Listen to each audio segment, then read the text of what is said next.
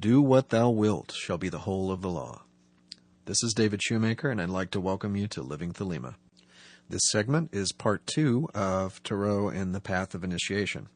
So I'm definitely going to recommend that you go back and listen to part 1 of this series if you haven't already. Also, here's some preliminaries to get us into the material today. I'm going to recommend, as I did last time, that you have the tarot cards, the trumps that we're going to be talking about handy in front of you.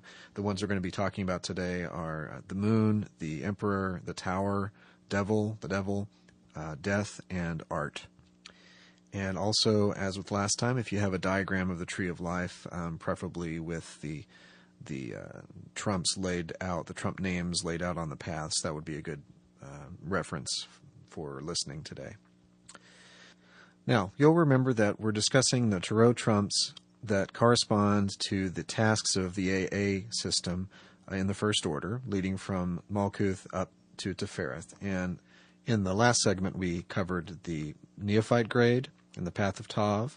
We covered the Zealoter grade and the paths of Sheen and Resh. And now we're going to move on, starting with the Practicus grade, which corresponds to Hod. Now, you'll recall that for each grade and the tasks that go along with it, we're looking at two things, two symbolic maps, really.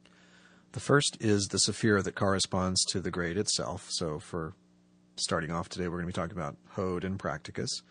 And the second symbolic layer is the paths leading to the next grade of AA. And that's always going to be the thing you're working on at each stage, is tasks that correspond to the paths leading you forward. So, for example, for the Practicus of Hod, we're going to start by talking about not only Hod and its nature, but also the paths leading to Netzach and the sphere and the grade of Philosophus. So those paths are going to be the paths of Kof, the Moon, Zadi, the Emperor, and Pe, the Tower. And do keep in mind that the overarching principle we're demonstrating here is that every task in the first order of AA, all of the transformative processes that are going to be shown to correspond to the trumps are all there to lead towards knowledge and conversation of the Holy Guardian Angel. These are all magical and mystical muscles, if you will, that are being trained across the first order grades. And I think you'll see by the end of this discussion why everything's been necessary, why all of these processes are appropriate and essential to the unfolding path towards knowledge and conversation.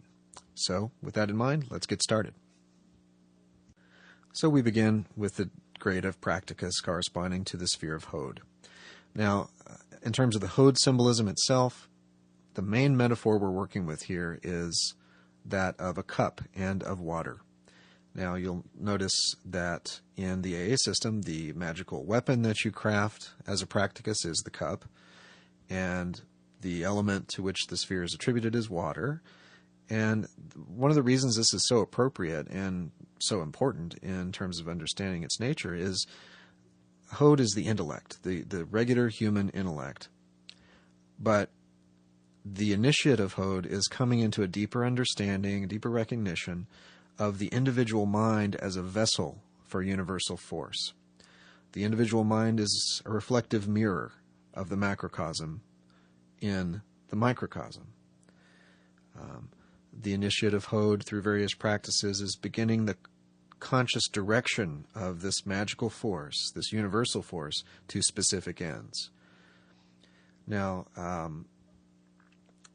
if we understand that the mind and the human constitution is a microcosm of the greater, then I think you'll begin to see why this is a necessary step towards truly being able to control and direct magical force.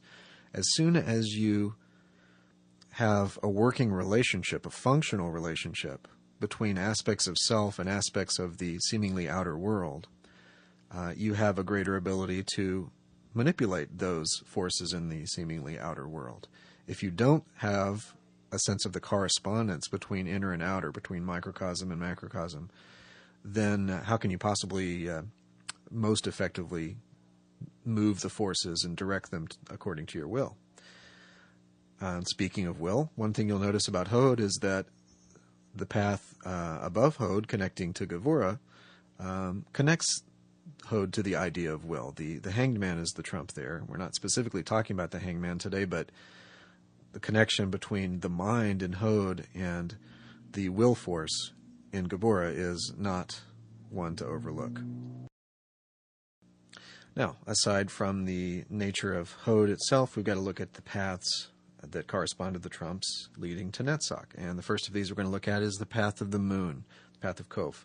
This, of course, connects the sphere of Malkuth with the sphere of Netzach. And if you think about what these spheres represent, Malkuth, of course, the physical world, the physical body, and Netzach, desire, emotion, aspiration, fire. And what would a transition between these realities look like, feel like? And I think one way of thinking about that is that it's that transition between the secure and the known and the safe and the more or less concrete realities that surround us in our physical lives, and the irrational, the fiery, the emotional, the transcendent reality that is symbolized by Netzach. And this path of Koph, the moon, as depicted on the moon trump, has quite a bit of that quality to it. It's this night passage, this passage through the dark, the unknown, the vague, the cloudy, the fearsome aspects of the unknown parts of ourselves, the unconscious. You know that Koph, as a letter, refers to the back of the head. And that's, of course, where a lot of these kind of primal autonomic brain functions are located. And that seems very appropriate for this transition that we're talking about. We have to master the fear that is in that kind of reptilian brain in order to proceed on the path towards knowledge and conversation. Then, moving on, we look at the path of the Tzadi, which corresponds to the Emperor trump. This connects the sphere of Yesod and the sphere of Netzach. Now, Yesod is the instinct, the generative aspects of the self, the sex force, the intuition, and so what we're looking at here is this transitional energy between those instinctive energies and the desire and aspiration of Netzach. So the channeling, the direction of the forces resident in the Yesod center toward the aim of knowledge and conversation, towards the greater spiritual aims. This is what we are talking about when we talk about Tzadi as a fishhook. You know, Liber Tzadi has a lot of this kind of feeling to it about the initiator bringing up the force and fire into goal-directed progress on the path. And the Emperor on this card is that force within us that raises the instinctual energies of Yesod and directs them towards our aspirational goals. Tzadi as a verb means to contemplate. And one of the methods in the AA system of achieving this transformational process is Raja Yoga, which of course is a contemplative, meditative path. Now, the third and final path of relevance to the practicus is that of the path of Pe, the tower trump. Now, one of the greatest obstacles to any spiritual progress, any path of attainment, is the calcification of old and outworn forms, structures, ideas, aspects of self, ideas of self, and so on. We simply must be mutable, flexible, changeable enough to let our own evolution take place. If we're clinging too much to old ideas and ideas of self especially, then how can growth really take place?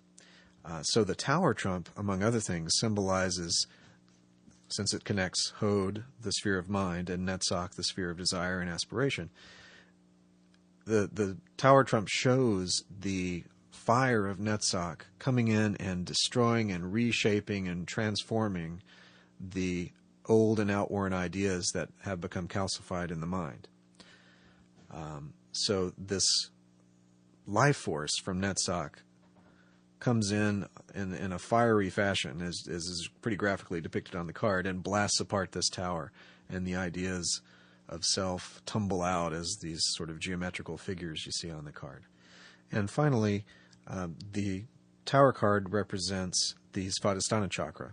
As we've seen in previous grades, we had the Muladhara chakra activated with the universe trump. We had the Anahata chakra activated with the sun trump. And now we have the Svadhisthana chakra activated with the tower trump. Now, we're moving on now to the grade of Philosophus, and actually the grades of Philosophus and Dominus Liminus. So we're dealing with several symbolic components here. We've got the sphere of Netzach. We've got the veil of Parochus at the threshold of the second order, the veil that sort of hangs below Tefereth, corresponding to Dominus Liminus. And we've got three paths, the final three paths in our approach to Tefereth in the Knowledge and Conversation. The paths of Ayin, which is the devil trump, Nun, which is the death trump, and Samek, which is the art trump. So let's begin with a consideration of the nature of Netzach. As we've said a couple times today, the Netzach represents desire and aspiration, the fire within, the force, which is the complement of the form of Hod, the emotion, which is the complement of the intellect. And at this stage of the path, everything we've done so far has, in one sense, been fashioning ourselves into something akin to a magical lamp, where we have the structure of the lamp. We have the fuel in the lamp.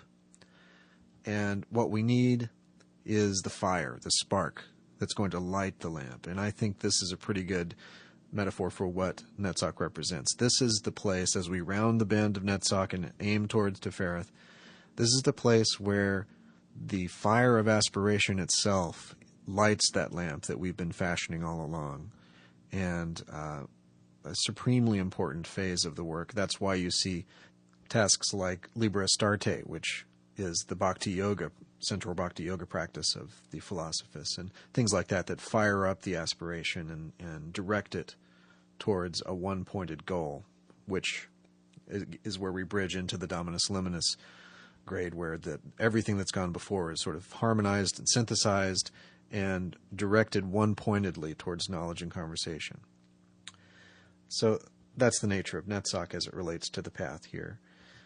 Now, one of the things that's almost an inevitable side effect of this phase of the work is that you're putting so much focus on firing up that aspiration that this is a perfect opportunity for aspiration to waver, when we've challenged ourselves to maintain constant, vigilant aspiration.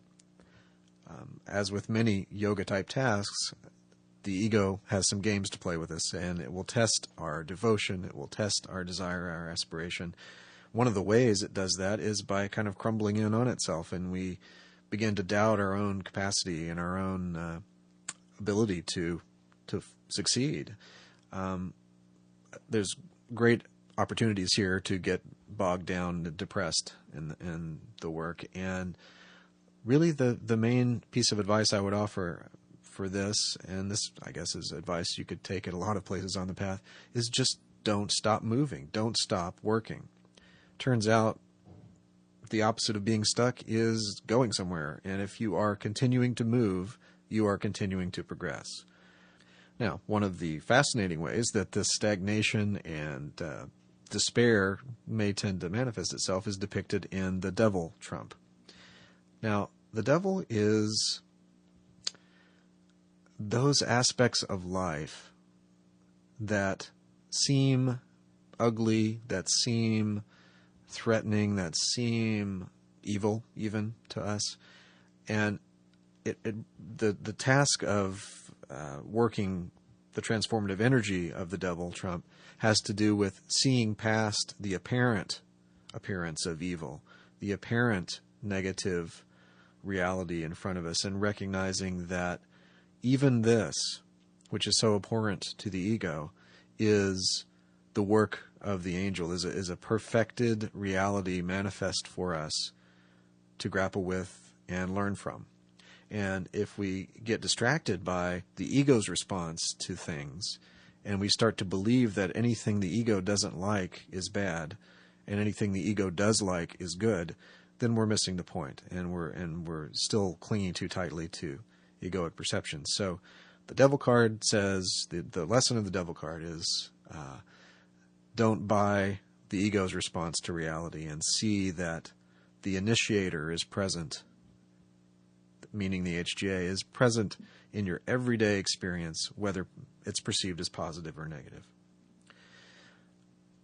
Now, this is highly relevant to the spheres that the devil trump connects. It connects Hod and Tefereth. Hod's the intellect, Tefereth is the enlightened spiritual center, and so it's depicting the relationship between what our mind's trying to do with the path of initiation and what the real center of our spiritual selves is doing with the path of initiation. Now moving on to the death trump. The path here is the path of Nun that connects Netzach, the sphere of emotion, desire, and aspiration, with Tefereth, the spiritual center. And if you look at the card, I mean, on the surface, just as with the devil, on the surface, this is something that appears negative, at least as conventionally perceived in most human cultures.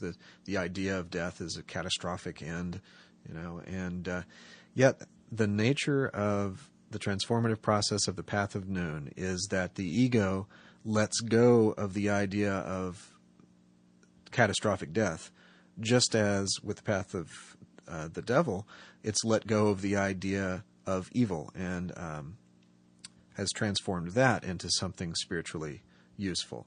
So the real mystery here with the death trump is that it's not death as an end, it's apparent death as a transformation of form.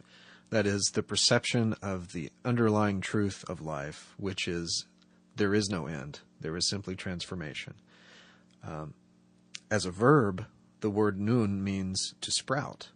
And put into context of what we've been discussing here, the meaning is pretty obvious, that every change, every apparent catastrophe of destruction is a mystery of regeneration and of new growth, of old forms giving way to new forms. In a way, it's not unlike the transformation we saw on the Tower trump, except at a slightly different level.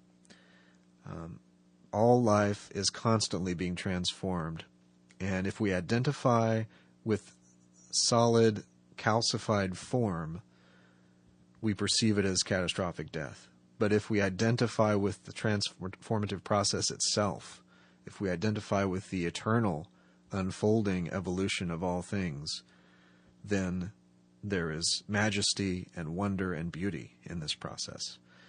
And that's a clearly essential step in terms of the evolution of the self, letting go of those forms of the self in order to move forward in our path. Now, the final card we're going to consider at this stage is the art card, and this, of course, is the trump that corresponds to the path of Samek between Yesod and Tefereth. Yesod being the generative, sexual, instinctual, subconscious forces, and Tefereth being the enlightened spiritual center. Now, the word Samek, of course, means a prop or a support, and corresponding to Sagittarius, the arrow, this path between Yesod and Tefereth is deeply embedded with symbols that all relate to the uplifting of the self, the firing of that arrow of aspiration toward Tefereth. And of course, one of the mysteries of the approach to Tefereth is that it's not from the sphere you would think. It's not from the last grade sphere that you went through of Netzach, which would appear to be the logical, I guess, place to start from, but instead it's from Yesod, the up the middle pillar of the tree. Now, Yesod as a sphere is attributed to the moon, and Tefereth as a sphere is attributed to the sun. So one of the things encoded here is the union of the sun and the moon. Another thing that's symbolically encoded here is represented by the vitriol name on the card itself, which translated means visit the interior of the earth. By rectification thou shalt find the hidden stone. And that hidden stone, of course, is the stone of true will, the stone of true selfhood, symbolized by the knowledge and conversation of the Holy Guardian Angel. So, with that, we've done it. We've walked through all of the grades leading up to Tefereth, looked at the transformative processes as embodied in the tarot trumps that correspond to the paths and the various grade tasks. And at this point, if you want to explore more about the nature of the final attainment of knowledge and conversation of the Holy Guardian Angel, I guess I would suggest you go back, if you haven't already, and listen to my Living Thelema segment on the HGA, and also the segment on True Will, which is very relevant. You may also find the 2 segments I did on the methods and tools of AA overlap in important ways with what we've been discussing in these 2 segments. Now, if you have any questions, as always, feel free to email me at livingthelema@me.com. Also, livingthelema.com has resources and my bio if you're interested.